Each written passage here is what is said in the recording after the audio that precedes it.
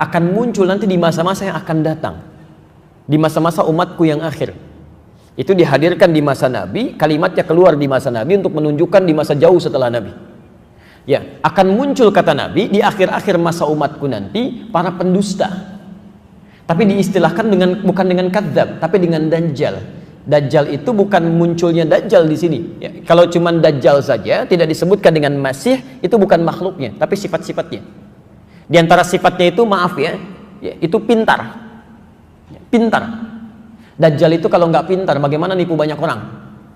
Ya. Mohon maaf yang kemarin tuh yang ada padepokan yang macam-macam, handphone, kan, uang itu, yang begitu aja masih banyak yang tertipu. Bagaimana dengan dajjal yang muncul?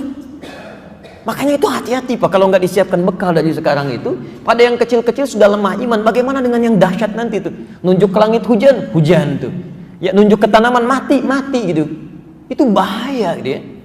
Tapi ada sifat-sifat dari situ yang kemudian kata Nabi itu muncul menyerang orang-orang yang mengatakan dirinya muslim. Dajjaluna kadzabun, para pendusta, mereka orang pintar.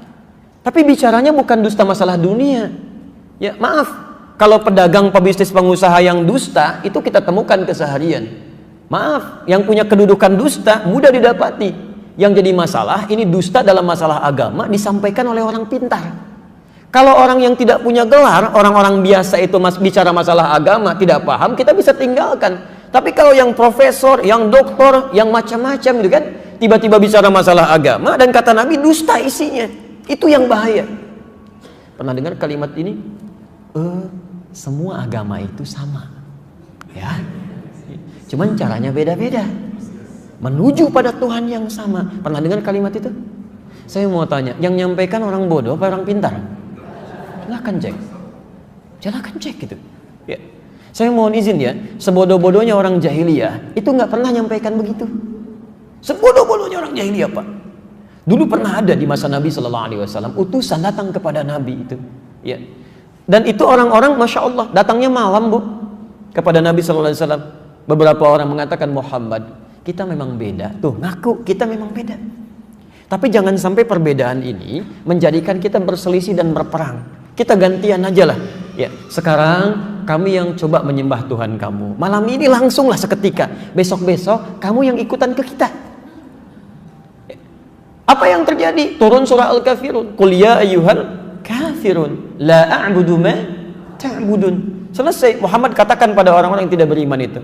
Ya, kafir itu orangnya. Yang tidak beriman itu mutlak orangnya.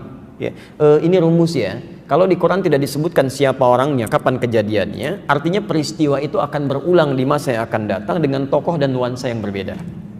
Di sampai hari ini pun akan ditemukan non-muslim, walaupun tidak menyakiti, tapi suka ngajak-ngajak. Ya, Idul Fitri ikut-ikutan pakai atribut kita. Begitu dekat-dekat hari rayanya, disuruh pakai atribut mereka, gitu kan? Ada yang begitu tuh. Ada Pak, Car Free Day, karnya yang free, yang lainnya enggak. Biskuitnya datang, ininya datang, obatnya datang gitu kan. Ngajak-ngajak, nyerang sih enggak. Cuman kata-katanya nyebelin gitu ya. Dari zaman Nabi sudah ada. Tolong sampaikan pada orang-orang seperti itu kalimat Qur'annya la a'budu sampai kapanpun.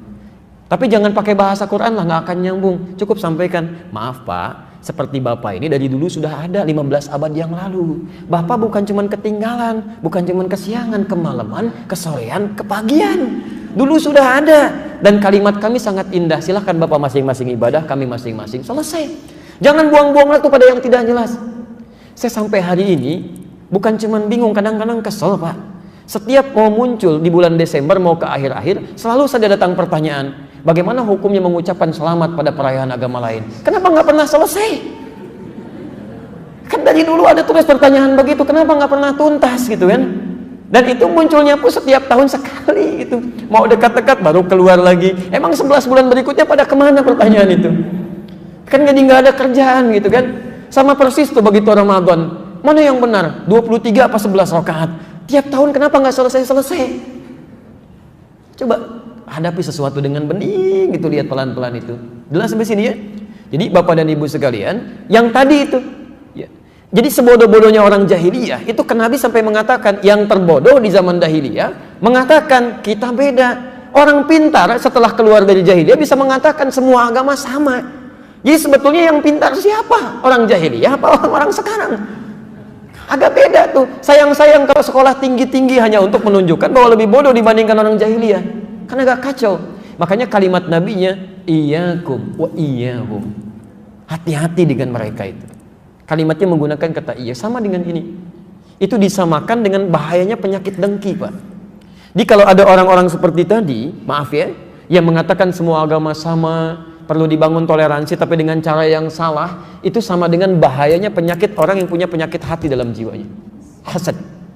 Ya. Apa yang terjadi dengan itu? Lihat kalimatnya.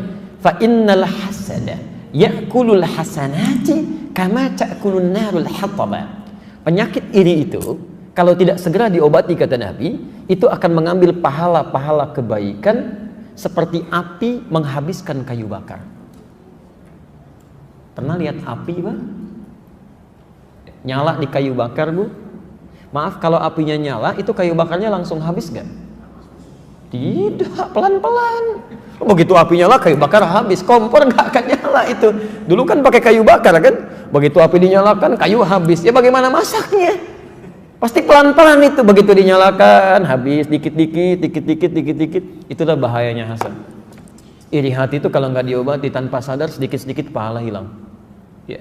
Bagaimana cara hilangnya? Ditafsir di hadis Muslim, hadis 5611 dari Abu Hurairah. Lihat kalimatnya. Atadrunal muflis, kata Nabi, tahukah kalian orang yang bangkrut kehilangan pahala itu? Orang yang bangkrut tahukah kalian, kata Nabi? Qulna ya Rasulullah, al-muflisu fina ma la dirham lahu wa la mata'. Ya Rasulullah, orang bangkrut di antara kami itu orang yang sudah tidak punya uang sepeser pun, nggak ada aset sedikit pun. Logis ya? Perhatikan jawab Nabi. Al-muflisu min ummati, orang bangkrut dari umatku itu. Tolong garis bawahi ya, Nabi tidak mengatakan umatnya Musa, tidak mengatakan umatnya Isa, tapi ummati. Jadi ada yang mengaku umatnya Nabi tapi kehilangan banyak pahala di akhirat. Ya'ti yaumal qiyamati bi salatin, datang di hari kiamat dengan pahala salat yang banyak dikerjakan. Wasyamin, puasanya rajin, jangankan fardunya, sunnahnya dikerjakan. Wazakatin, zakatnya nggak terlewat ya. Wa ya'ti qad syatama hadza, cuman sayang karena ada penyakit dalam jiwanya, fujur, merambat ke lisannya senang mencela si fulan. Wa qadzafa hadza, menuduh si B. Wa akala mala hadza, mengambil harta orang lain tanpa dibenarkan. Bukankah orang iri kadang mengambil banyak hal? Menuliskan yang tidak tepat, mencela tidak pada tempatnya. Lihat, wa daraba hadza, seringkali bahkan berselisih tuh. Ya. Bahkan puncaknya itu bisa melukai. Wa safaka dama hadza.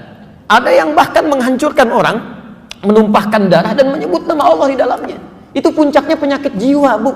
Pak, di kolbunya itu. Coba lihat tuh ya, sekarang kita dapatkan tembak orang, bom orang segala rupa. Tapi bukan dengan ketentuan yang wajar yang dibenarkan untuk membela Islam, bukan. Hanya untuk menampilkan tembak, bunuh, itu kan penyakit jiwanya itu. Banyak masalah. Di Aleppo sekarang macam-macam. Kok bisa sekali gitu kan anak-anak kecil, bom hancurkan ini macam. Kayak nggak ada dalam dirinya itu, kayak nggak ada iman gitu. Ya. Padahal kalau paham Quran satu ayat aja nggak akan terjadi itu.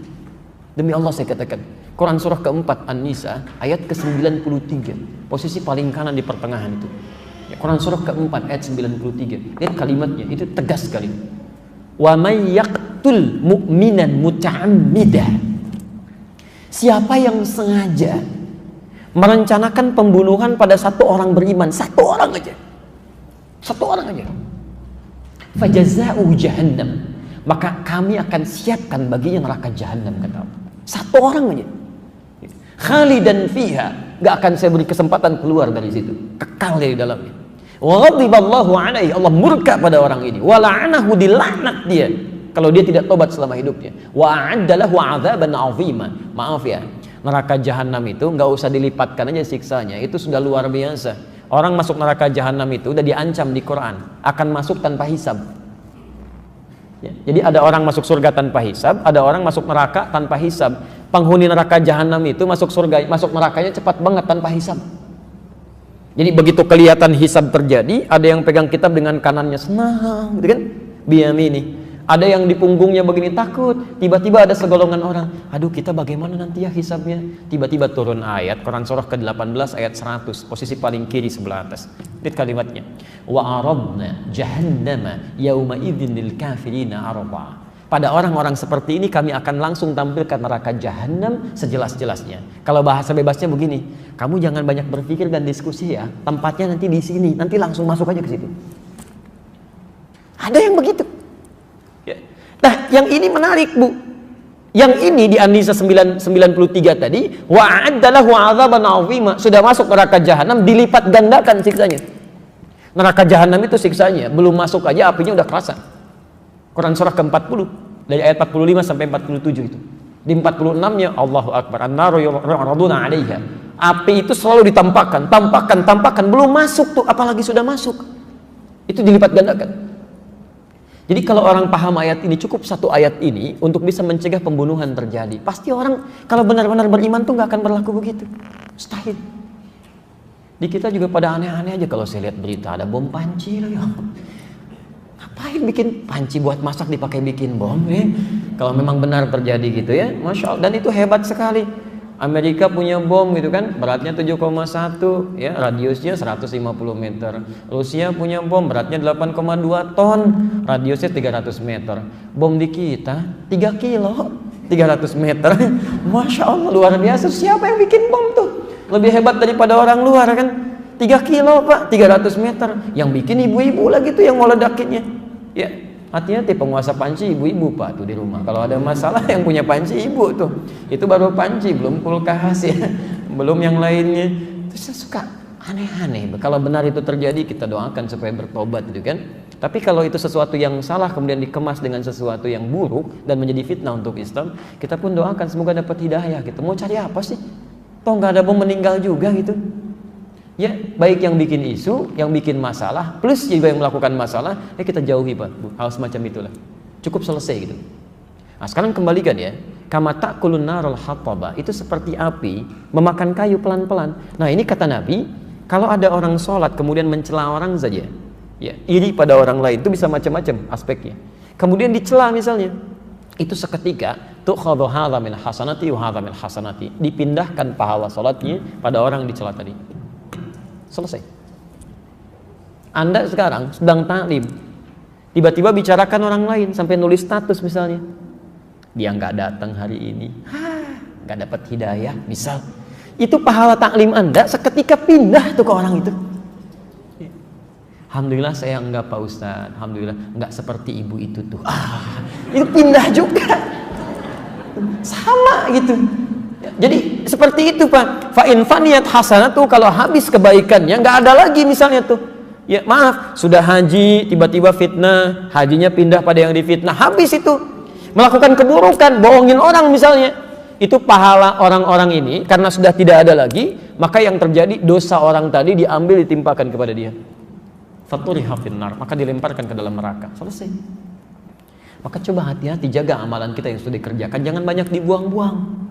Ya, berselisih itu menghilangkan amalan, mencela itu menghabiskan pahala. Ngapain Anda belajar kalau untuk mencela orang lain nggak ada faedahnya?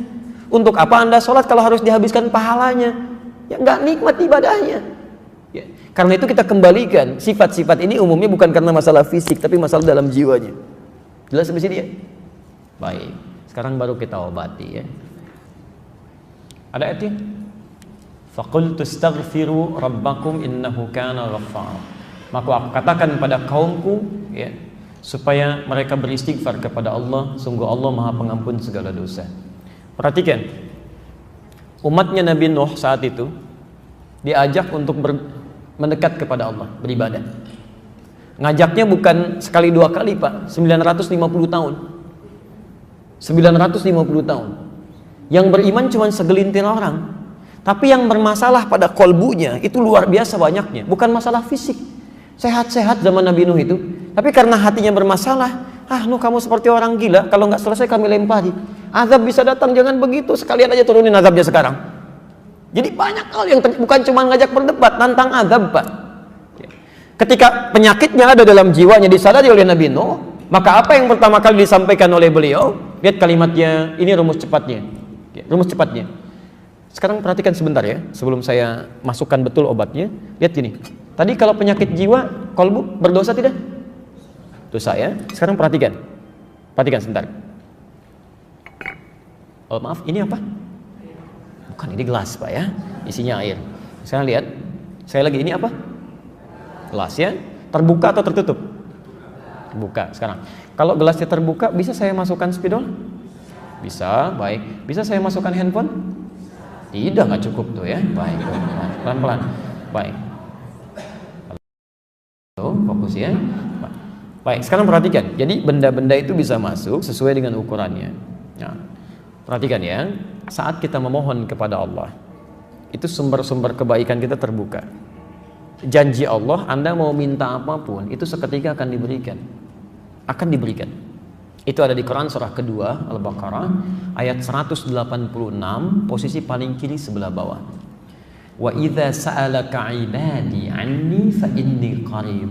Kalau hambaku punya persoalan kemudian ingin mencari aku, ini sudah fitrah manusia. Kalau sedang punya masalah pasti menyebut nama Allah tuh. Nyari gitu ya.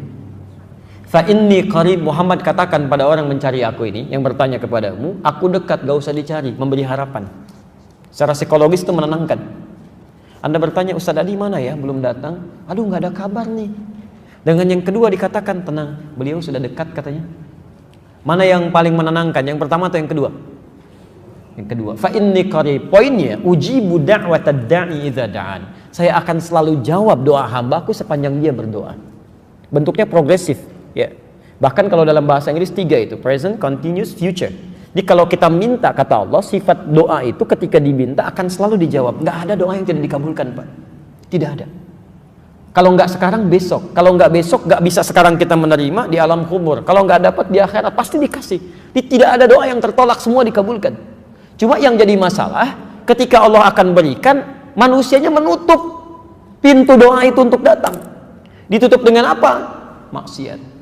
Ketika seseorang berbuat maksiat, kata Nabi, hadir naktah sauda dalam jiwanya. Nutup, nutup, nutup. Semakin banyak maksiat dikerjakan, maka nutup seperti ini. Kalau sudah tertutup seperti ini, jangankan handphone, maaf, spidol pun nggak bisa masuk. Yang paling berbahaya, jangankan doa, mohon izin ya, maaf, ajakan kebaikan pun nggak bisa nyambung. Ya karena kebanyakan bermaksiat, bahkan yang paling bahaya makan yang haram. Haram itu seketika tuh, kalau sudah masuk ke perut ngalir dengan darah, Pak. Masuk ke tangan, masuk ke telinga, masuk ke mata. Kalau sudah masuk telinga, itu panggilan kebaikan gak bisa nyambung tuh. Susah. Allahu Akbar, gak tembus. Wa fi adhanihim waqra. Quran surah ke-6 ayat ke-25. Wa fi adhanihim waqra. Ada orang yang di telinganya tuh ada sumbatan, gak bisa dengar, Pak. Ya, bola tuh jauh kedengaran banget tuh. Direncanakan bahkan sebelumnya itu. Ada tuh, hafal. Diketahui betul itu. Masya Allah. Tapi Isya lewat gitu kan, maghrib gak dikerjakan, adzan gak kedengaran. Yang paling mulia, saat seseorang tidak bisa mendengar kebaikan dengan telinganya, itu Allah saking sayangnya pada hamba ini akan ditampakkan lewat matanya. Orang gak dengar adzan, gak mau dengar, tiba-tiba dihadirkan orang lewat. Masya Allah. Dari mulai orang dewasa sampai anak kecil lewat. Pak, salat Pak. Mari, Masya Allah. Ya, mangga silahkan duluan. Silahkan, tuh kan. Om, salat Om. Ya, silahkan duluan. Duluan. Dia sendiri nggak salat. Susah gitu kan ya seperti ini. Masya Allah. Om, nggak tahu ke masjid Om? Enggak.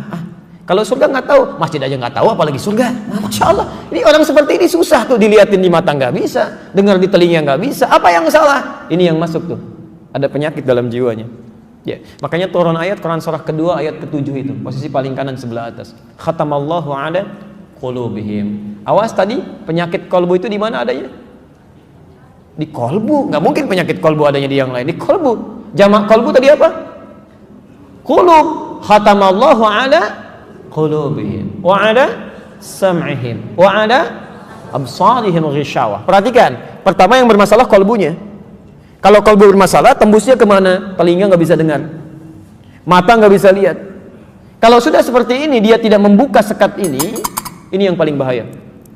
Walahum adzabun azim. Maka hidup orang ini akan tersiksa itu. Di dunia tersiksa, di akhirat tersiksa. Orang yang punya penyakit hati itu, Pak Ambu, hidupnya nggak akan tenang. Demi Allah saya katakan nggak akan tenang. Ya maaf ya, mau tidur aja nggak tenang. Ya tidur masih kepikiran nikmat orang lain. Dia punya rumah tapi masih mikirin rumah orang.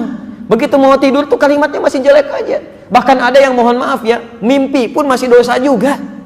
Ya, gara-gara dia memang semua ini sedang tidur tuh. Sampai istrinya bingung, "Pak, bangun kenapa?" gitu. Ya Allah, kapan istirahatnya? Saat nggak tidur juga salah, saat tidur pun tidak tentram. Itu orang-orang seperti ini. Ya, bagaimana cara bukanya? Fakultu astaghfiru rabbakum innahu kana ghaffar. Kalau kadarnya masih kecil-kecil, untuk menghilangkan dosanya dengan istighfar. Itu untuk meluluhkan dosanya. Ya. Kalau ini tutupnya ini dari apa tutupnya? Tuh, aluminium. Ya. Maaf ya. Lihat kalimatnya. Kalau tutupnya dari tisu bagaimana? Lebih lunak atau lebih keras? Lebih lunak. Ada yang kecil-kecil yang bisa ditembus begini tuh. Ya. Ini kalau dengan istighfar aja bisa dicabut begini. Maaf Bapak Ibu sekalian, itu tanpa sadar dalam beraktivitas dalam sehari itu akan selalu ada dosa yang pernah kita kerjakan, termasuk saya. Semuanya. Coba kalau nggak percaya cek dari ujung kepala sampai ujung kaki. Itu pasti ada potensi dosa masuk itu. Ya, mata tuh. Sekarang sudah jam 2 lewat 7 menit. Saya mohon izin dari Anda bangun sampai dengan sekarang, berapa kali mata kita berbuat salah tuh, salah lihat? Pasti ada aja. Telinga salah dengar, ya kan? Lisan salah bicara, pikiran salah berpikir. Sekarang pun mungkin ada begitu, nggak tanggung-tanggung ustadznya juga salah dipikirin gitu. Bisa kejadian gitu kan, macam-macam terjadi. Nah itu yang kecil-kecil, itu seketika hilangnya dengan istighfar. Coba cek, Nabi beristighfar nggak dalam hidupnya? Sebelum tidur istighfar nggak? Berapa kali? 70 sampai 100 kali sebelum tidur. Nabi Rasul dijaga dari kesalahan, dijamin surganya, tingkat surga tertinggi, masih istighfar dalam hidupnya. Anda bukan Nabi, bukan Rasul, surga sampai zuhur ini belum jelas, hisab masih menegangkan, gak mau istighfar, aneh itu. Makanya orang-orang yang istighfar itu, ketika dia istighfar, maka sumber-sumber masalah yang kecil itu hilang, Pak. Makanya mohon izin ya, kalau ingin dijaga dari penyakit-penyakit hati, salah satu caranya kata Quran, biasakan istighfar. Astagfirullah. Jangan dibiarkan ada. Jadi begitu ada misalnya setan datang, tuh dia tuh sombong, jalan aja nggak nyapa kamu. Begitu muncul itu langsung astagfirullahaladzim. Itu nggak benar. Astagfirullah. Itu seketika akan hilang dan potensi dosa akan keluar. Ya.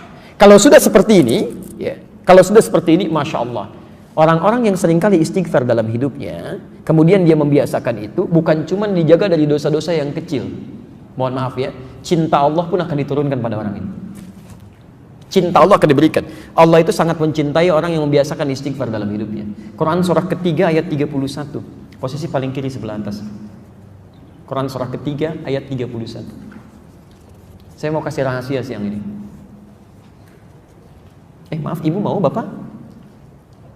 Saya mau kasih rahasia, boleh? Baik ya, kita keluarkan dari Quran. Lihat ayat Qurannya. Quran surah 3 ayat 31, posisi paling kiri sebelah atas, ya, agak ke tengah sedikit.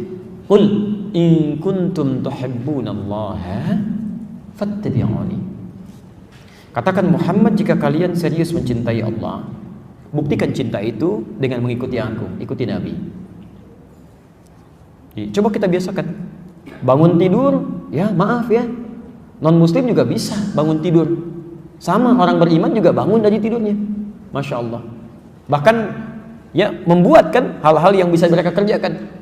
Ada yang bangun tidurnya, ada yang langsung cuci tangan, ada yang langsung duduk, ada yang langsung mandi. Anak-anak kecil bahkan mengatakan bangun tidur terus. Bukan, Nabi nggak begitu. Jadi kalau Anda ingin dicintai Allah, ikuti Nabi. Bagaimana Nabi bangun dari tidurnya? Ternyata ada sunnahnya. Ya, ada duduk dulu, ada mengusap sebagian dari bekas ngantuk, ada baca doa dulu. Nggak ada bangun tidur langsung mandi. Ada tahapan dia. Makan juga begitu. Mau minum pakai tangan apa? Kanan. Kalau cuman kanan, yang lain juga bisa dengan kanan. Masya Allah. Kemudian setelah itu minum dengan mengucapkan apa? Bismillah. Masya Allah. Setelah itu minumnya sambil berdiri atau sambil duduk? Duduk. Masya Allah. Turunannya kan ada semua tuh. Ketika Anda bisa ikuti itu, maka lihat kalimatnya. Fattabi'uni yuhibbukumullah. Ini yang mau saya turunkan rahasianya. Bismillah.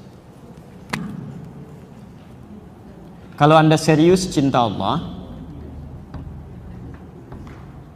persamaannya ikuti Nabi SAW. Sekarang perhatikan, ini rahasia besarnya ayat ini. Kita turunkan persamaannya. Orang yang bisa mengikuti tuntunan Nabi dalam kehidupannya, maaf, bukan cuma sholatnya ikut Nabi ya, tapi lisannya pun ikut Nabi, pandangannya ikut Nabi, gitu kan? Kebiasaannya ikut Nabi. maka yuhibbukumullah, cinta Allah akan diturunkan. Ya. Yuhibbukumullah, Allah akan cintai kalian. Yang menarik, kemudian diberikan persamaan oleh Quran. Perhatikan persamaannya. Wa yaghfir lakum dzunubakum. Kalau Allah sudah mencintai seorang hamba, ternyata bukan dunia yang pertama diberikan. Jadi kalau bapak ataupun ibu mendapatkan kemuliaan dunia, jangan dulu bangga. Belum tentu Allah cinta dengan itu. Jelas ya? Nah, apa yang Allah berikan? Wa yaghfir lakum dzunubakum. Allah akan ampuni dosa hambanya. Ampunan dosa. Jadi orang-orang yang dicintai Allah itu, seketika yang Allah berikan pada orang ini, Allah ampuni dosanya. Gugur, dihabiskan semua. Gugur, selesai. Yang paling menarik, sekarang perhatikan persamaannya. Cinta Allah bersanding dengan ampunan dosa. Kalau kita buat persamaan terbalik seperti ini, berarti orang-orang yang sering meminta ampunan dosa dari Allah itu berpotensi lebih cepat mendapatkan cinta Allah Subhanahu wa taala. Perhatikan persamaannya. Orang yang dicintai Allah maka akan diampuni dosanya. Persamaan terbaliknya, orang yang sering meminta ampunan dosa bukankah akan cepat mendatangkan cinta Allah? Halo? Ya kan? Jadi orang yang sering minta ampunan dosa itu akan cepat mendatangkan cinta Allah. Persamaan terbaliknya. Di orang-orang yang sering istighfar, cara meminta ampunan dosa, kunci pembukanya ini istighfar. Di orang yang sering istighfar, astagfirullah, astagfirullah, astagfirullah, masya Allah, itu matanya akan dijaga oleh Allah. Begitu melihat yang tidak baik menurut Allah, dia akan palingkan. Astagfirullah, astagfirullah. Tangannya juga begitu, kakinya juga begitu. Dan hebatnya, ini yang paling mulia. Orang-orang yang sudah mendapatkan cinta Allah, ahli istighfar ini, ahli istighfar, kalau sudah mendapatkan cinta Allah Subhanahu wa taala, maka masya Allah, kemuliaannya tanpa meminta pun doanya segera dikabulkan. Orang yang biasa istighfar itu diantara kemuliaannya, Allah akan cepat mengabulkan kebutuhannya tanpa dia harus memintanya. Butuh sesuatu, datang. Butuh sesuatu, datang. Padahal orang ini belum tentu minta. Ini pernah dipraktekkan oleh seorang tukang roti di zaman Imam Ahmad bin Hanbal. Pak, beliau pahami betul konsep ini. Ya. Kata Ibnul Qayyim Al-Jauziyah, beliau punya rumus. Ya, masa setelah Imam Ahmad sampai disebutkan rumusnya. Kalau Anda punya permohonan yang cukup banyak, tapi waktunya singkat, kata beliau cukup perbanyak istighfar. Begitu Anda istighfari, itu sebelum dimintakan Allah bisa kabulkan kalau benar kebiasaan istighfarnya. Imam Ahmad itu pernah lewat, kemudian beliau datang ke Mesir. Di Mesir masuk masjid. Ya. Begitu masuk ke masjid, tiba-tiba petugas masjidnya langsung mengusir beliau. Ukhruj, katanya, keluar. Itu imam besar, Pak. Dikenal dia seantara jagat ya, cuma saking tawadhunya pakaiannya biasa-biasa. Seperti Syekh Yasin Al-Padangi, Bu. Ya, ibu atau bapak yang dari Padang itu ada ulama besar tuh. Ya, saya sampai hari ini masih kagum, saya terus pelajari. Sampai tadi saya nunggu di mobil tuh saya masih pelajari beliau itu. Ya, bagaimana santunnya, tawadhunya, pakaian macam-macamnya. Itu ahli sanad, Pak, sedunia itu. Sedunia, semuka bumi ahli sanad itu. Ya, itu luar biasa, masya Allah. Pakaian, tampilan sederhana, macam-macam. Jadi kalau Anda ke Mekah itu belum kenal pertama kali, mungkin nggak akan kenal kalau itu ulama besar tuh. Kadang-kadang orang tawaf beliau bawain air, zam-zam, setelah selesai dikasihin, duduk pakai sarung begini, pakai kaos, tapi muridnya ada yang dari Mesir, ada yang dari Mekah, ada yang dari macam-macam, itu luar biasa. Ya. Nah, yang paling menarik, Imam Ahmad itu sederhana luar biasa. Ini nggak tahu, ukhruj, katanya, keluar. Imam Ahmad karena paham fikih, kata beliau, ana astarih qalilan, saya istirahat sebentar. La, barrah. Barrah itu sudah mulai kasar. Barrah. Kata Imam Ahmad, astari, da'ni astari. Gak apa-apa, tolong perkenankan saya istirahat sebentar, saya capek, katanya. Rawah enta, rawah. Ya. Rawah itu sudah lebih kasar lagi dari kata roh. Maksudnya, tolong keluar dari sini sekalian dengan roh-rohnya. Rohnya pun jangan ada di sini, keluar. Itu kalau Anda ke Mekah misalnya kan, atau ke tempat di Arab, ada orang mengatakan rawah enta, rawah. Itu tandanya lagi marah, Pak. Jangan senyum. Rawah. Itu musir, ya, musir itu, suruh pergi. Kalau bisa rohnya pun jangan di situ, pergi, kata orang ini. Imam Ahmad keluar, kemudian di teras itu beliau juga sandaran, disuruh pergi lagi. Begitu keluar dari masjid, jalan beliau, singkatnya bertemu dengan makhbaz, tempat jualan roti. Ya, syar'i rati, menjual dengan syar'i. Ya, baik. Dia setiap datang Orang lewat melihat, Masya Allah, kalimatnya bagus sekali. Imam Ahmad lewat dipanggil, Syekh istirahat mana? Syekh, tolong istirahat di sini dulu. Kelihatannya capek kan ya. Begitu bikin, perhatikan beda antara sari roti dengan syar'i roti.